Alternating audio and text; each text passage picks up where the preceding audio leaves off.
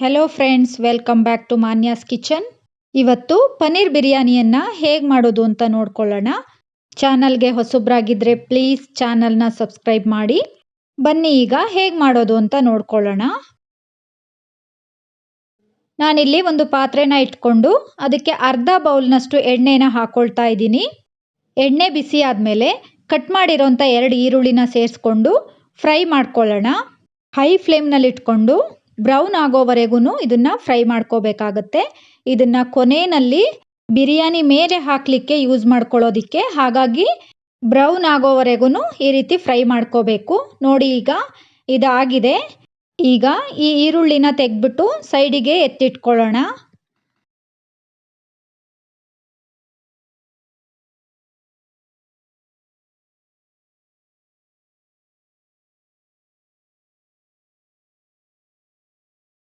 ಈಗ ಅದೇ ಪಾತ್ರೆಗೆ ನಾನಿಲ್ಲಿ ಸ್ಪೈಸಸ್ನ ಹಾಕೊಳ್ತಾ ಇದ್ದೀನಿ.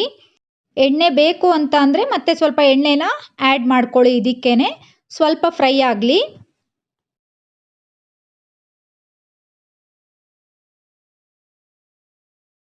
ಈಗ ಕಟ್ ಮಾಡಿರೋಂಥ 1 ಈರುಳ್ಳಿನ ಸೇರಿಸ್ಕೊಳ್ತಾ ಇದ್ದೀನಿ. ಈರುಳ್ಳಿ ಸ್ವಲ್ಪ ಫ್ರೈ ಆಗಬೇಕು.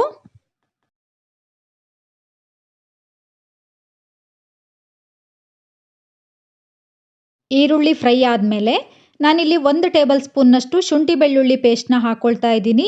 ಶುಂಠಿ ಬೆಳ್ಳುಳ್ಳಿ ಪೇಸ್ಟಿಂದು ಹಸಿ ವಾಸನೆ ಹೋಗಬೇಕು. ಸ್ವಲ್ಪ ಈ ರೀತಿ ಫ್ರೈ ಮಾಡ್ಕೊಳ್ಳೋಣ.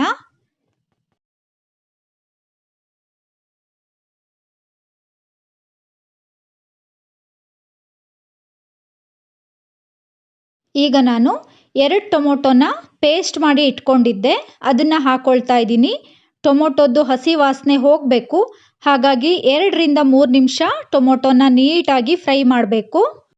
ಟೊಮೊಟೊ ಪೇಸ್ಟ್ ಬದಲಾಗಿ ನೀವು ಟೊಮೊಟೊನೂ ಯೂಸ್ ಮಾಡ್ಕೋಬಹುದು. ಈಗ 3 ರಿಂದ 4 ನಿಮಿಷ ಚೆನ್ನಾಗಿ ಫ್ರೈ ಮಾಡ್ಕೊಂಡಿದ್ದೀನಿ. ನಾನಿಲ್ಲಿ 3 ಹಸಿಮೆಣಸನ್ನು ಹಾಕೊಳ್ತಾ ಇದ್ದೀನಿ. ಹಾಗೆಯೇ ಅರ್ಧ ಟೇಬಲ್ ಸ್ಪೂನ್ನಷ್ಟು ಹಳದಿ ಪೌಡರ್, 1.5 ಟೇಬಲ್ ಸ್ಪೂನ್ನಷ್ಟು ಅಚ್ಚ ಖಾರದ ಪುಡಿನ ಹಾಕೊಳ್ತಾ ಇದ್ದೀನಿ. ನಿಮಗೆ ಖಾರ ನೋಡಿಬಿಟ್ಟು ನಿಮ್ಗೆ ಎಷ್ಟು ಬೇಕೋ ಅಷ್ಟನ್ನು ಯೂಸ್ ಮಾಡ್ಕೊಳ್ಳಿ. ಹಾಗೆಯೇ ಇಲ್ಲಿ 1.5 ಟೇಬಲ್ ಸ್ಪೂನ್ನಷ್ಟು ನಾನು ಬಿರಿಯಾನಿ ಪೌಡ್ರನ್ನು ಹಾಕೊಳ್ತಾ ಇದ್ದೀನಿ.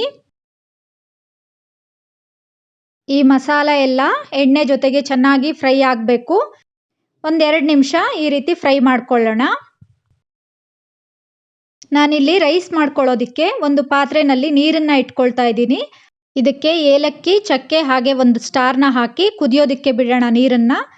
ಈಗ ಮಸಾಲವನ್ನು ಒಂದ್ಸಲ ಈ ರೀತಿ ಮಿಕ್ಸ್ ಮಾಡಿಕೊಂಡು ನಾನಿಲ್ಲಿ ಸ್ವಲ್ಪ ಪುದೀನ ಹಾಗೆಯೇ ಸ್ವಲ್ಪ ಕೊತ್ತಂಬರಿ ಸೊಪ್ಪನ್ನು ಹಾಕ್ಕೊಳ್ತಾ ಇದ್ದೀನಿ. ಹಾಗೆಯೇ 1 ಬೌಲ್ನಷ್ಟು ಮೊಸರನ್ನ ನಾನಿಲ್ಲಿ ಯೂಸ್ ಮಾಡ್ತಾ ಇದ್ದೀನಿ. ಮೊಸರು ಹಾಕಿಬಿಟ್ಟು ಈ ರೀತಿ ಒಂದ್ಸಲ ಕೈ ಆಡಿಸ್ಕೊಳ್ಳೋಣ ನೀಟಾಗಿ.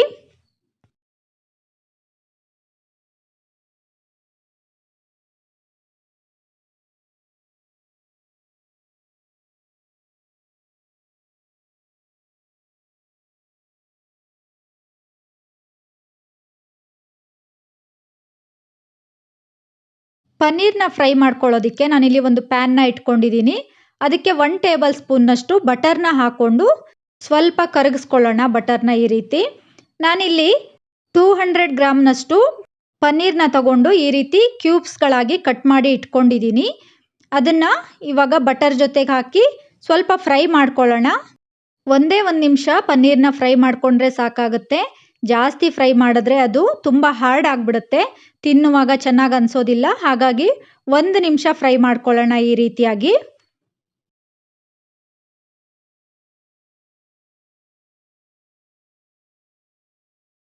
ಈಗ ಇದಾಗಿದೆ. ಇದನ್ನು ಈಗ ನಾನು ಗ್ರೇವಿ ಜೊತೆಗೆ ಆ್ಯಡ್ ಮಾಡ್ಕೊಳ್ತಾ ಇದ್ದೀನಿ.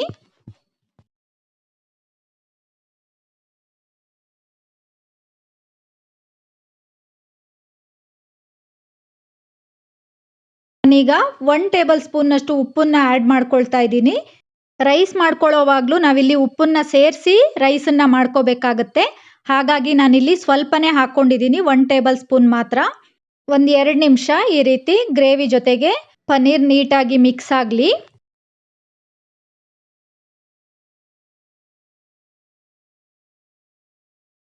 ಈಗ ಈ ಗ್ರೇವಿನಲ್ಲಿ ಸ್ವಲ್ಪ ಗ್ರೇವಿನ ನಾನು ಎತ್ಬಿಟ್ಟು ಇಟ್ಕೊಳ್ತಾ ಇದ್ದೀನಿ. ಪಾತ್ರೆಯಲ್ಲಿ ಉಳಿದಿರೋಂಥ ಗ್ರೇವಿನ ನಾವು ಈ ರೀತಿ ಸ್ಪ್ರೆಡ್ ಮಾಡಿ ಇಟ್ಕೊಳ್ಳೋಣ. ನಾನಿಲ್ಲಿ ಬಾಸ್ಮತಿ ರೈಸನ್ನು ಅರ್ಧ ಗಂಟೆಗಳ ಕಾಲ ನೆನೆಸಿಟ್ಕೊಂಡಿದ್ದೆ. ಈಗ ನೀರು ಸಹ ಬಿಸಿಯಾಗಿದೆ. ಆ ನೀರಿಗೆ ಈ ರೈಸನ್ನು ತೊಳೆದ್ಬಿಟ್ಟು ಹಾಕ್ಕೊಳ್ತಾ ಇದ್ದೀನಿ. ಅರ್ಧ ಗಂಟೆ ನೆನೆಸ್ಬಿಟ್ಟು ರೈಸ್ ಮಾಡ್ಕೊಳ್ಳೋದ್ರಿಂದ ಅನ್ನ ಉದ್ರುದ್ರಾಗಿ ಬರುತ್ತೆ ಅಂತ ಅಷ್ಟೇ. ನಾನಿಲ್ಲಿ ಅಕ್ಕಿನ ಹಾಕ್ಕೊಂಡಿದ್ದಾದಮೇಲೆ 1.5 ಟೇಬಲ್ ಸ್ಪೂನ್ನಷ್ಟು ಉಪ್ಪು ಹಾಗೆಯೇ 1 ಟೇಬಲ್ ಸ್ಪೂನ್ನಷ್ಟು ಎಣ್ಣೆನ ಹಾಕ್ಕೊಳ್ತಾ ಇದ್ದೀನಿ. ಈಗ ಒಂದ್ಸಲ ಮಿಕ್ಸ್ ಮಾಡ್ಕೊಳ್ಳೋಣ. ನಾವು ಅಕ್ಕಿ ಹಾಕಿದ ಮೇಲೆ ಜಾಸ್ತಿ ಮಿಕ್ಸ್ ಮಾಡೋದಕ್ಕೆ ಹೋಗಬಾರ್ದು, ಅಕ್ಕಿ ಎಲ್ಲ ಪುಡಿ ಪುಡಿ ಆಗುತ್ತೆ.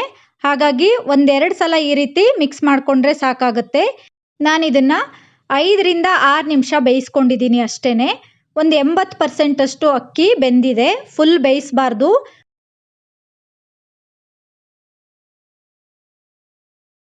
ಎಂಬತ್ತು ಪರ್ಸೆಂಟ್ ಅಷ್ಟು ಬೆಂದಿರೋಂಥ ಅನ್ನವನ್ನು ತಗೊಂಡು ನಾನಿಲ್ಲಿ ಸ್ವಲ್ಪ ಸ್ವಲ್ಪನೇ ಗ್ರೇವಿ ಮೇಲೆ ಈ ರೀತಿ ಹಾಕೊಳ್ತಾ ಇದ್ದೀನಿ. ನೀಟಾಗಿ ಸ್ಪ್ರೆಡ್ ಮಾಡ್ಕೋಬೇಕಾಗುತ್ತೆ ಅನ್ನನ.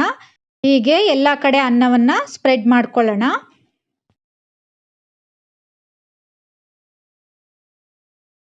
ಗ್ರೇವಿ ಮೇಲೆ ಅನ್ನವನ್ನು ಹಾಕಿದ್ದಾದ್ಮೇಲೆ ನಾನಿಲ್ಲಿ ಫ್ರೈ ಮಾಡಿಟ್ಟಿರೋಂಥ ಈರುಳ್ಳಿಯನ್ನು ಹಾಕೊಳ್ತಾ ಇದ್ದೀನಿ.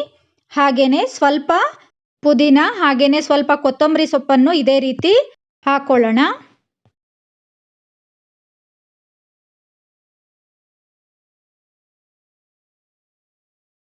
ಎತ್ತಿಟ್ಟಿದ್ದಂಥ ಮಸಾಲವನ್ನು ಈಗ ನಾನು ಇದ್ರ ಮೇಲೆ ಹಾಕೊಳ್ತಾ ಇದ್ದೀನಿ.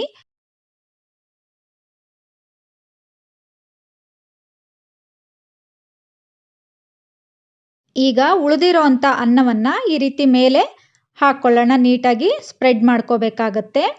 ಹೀಗೆ ಲೇಯರ್ ಹಾಕೋದ್ರಿಂದ ಮಸಾಲ ಎಲ್ಲ ಕಡೆ ನೀಟಾಗಿ ಸ್ಪ್ರೆಡ್ ಆಗುತ್ತೆ ಅಂತ ಅಷ್ಟೇ. ಈಗ ನಾನಿಲ್ಲಿ ಸ್ವಲ್ಪ ಪುದೀನ ಹಾಗೆಯೇ ಸ್ವಲ್ಪ ಕೊತ್ತಂಬರಿ ಸೊಪ್ಪನ್ನು ಸಹ ಹಾಕ್ಕೊಳ್ತಾ ಇದ್ದೀನಿ.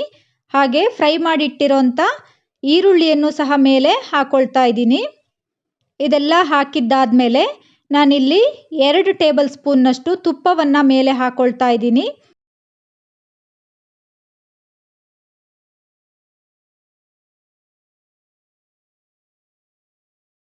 ಈಗ 2 ಸ್ಪೂನ್ನಷ್ಟು ಫುಡ್ ಕಲರ್ನ ನಾನು ಯೂಸ್ ಮಾಡ್ತಾ ಇದ್ದೀನಿ. ಇದು ಆಪ್ಷನಲ್, ನಿಮಗೆ ಬೇಕು ಅಂತ ಅಂದರೆ ಮಾತ್ರ ಹಾಕ್ಕೊಳ್ಳಿ, ಕಲರ್ಫುಲ್ಲಾಗಿ ಕಾಣಲಿ ಅಂತ ಅಷ್ಟೇ. ನಾನಿಲ್ಲಿ ಒಂದು ಪ್ಲೇಟ್ಗೆ ಗೋಧಿ ಹಿಟ್ಟನ್ನು ಕಲಿಸ್ಬಿಟ್ಟು ಸುತ್ತಲೂ ಹಚ್ಕೊಂಡಿದ್ದೀನಿ.